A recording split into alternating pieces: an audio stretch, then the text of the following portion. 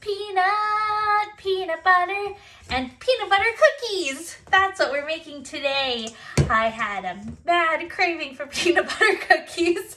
I haven't had one in so long. So we're gonna bake those today in the bowl of my mixer, or if you're feeling strong, you can just do a regular bowl. I've got a 1/4 cup of butter. Then I'm gonna add 1/4 cup of peanut butter. This is smooth. You can use chunky though. Whatever is your preferred peanut butter. Mine is the sale peanut butter. Awesome. And then we've got 1/2 cup of brown sugar. If you don't have brown sugar, you can use white sugar. It's gonna give you a little bit different texture. The brown sugar helps make it chewier, but it will still be really yummy. Got a teaspoon of vanilla. And then I've got about a 1/4 teaspoon of salt, as well as 1 teaspoon of baking soda. Actually, I meant 1/2 teaspoon of baking soda. So that's going to go into the mixer with the paddle attachment. We're gonna let it whip up till it's nice and fluffy, and then we're gonna add 1 egg. So I've just scraped down the bowl. You can see here our mixture is really light, it's soft, it's fluffy. That is perfect, that's what we want. So we're gonna add 1 egg to that, and then we'll let it whip up so it's all incorporated before we add our flour.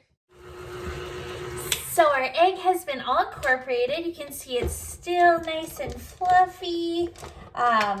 It looks a bit lighter now. So we're gonna add 3/4 cup of flour to that, and we're just gonna mix it till it's all combined. Scrape down the sides of the bowl just to make sure there's no butter chunks. Mix it for another few seconds, and they'll be ready to scoop.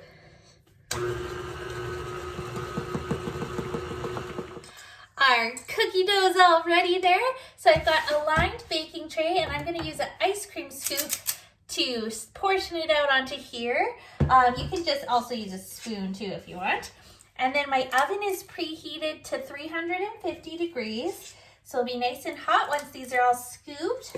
You can also roll this into a log in your and put it in your fridge, wrapped in saran wrap, and then you can just slice off cookies whenever you need them.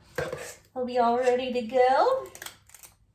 So you just want to space these out so they don't melt into each other in the oven. Ooh. See how these go.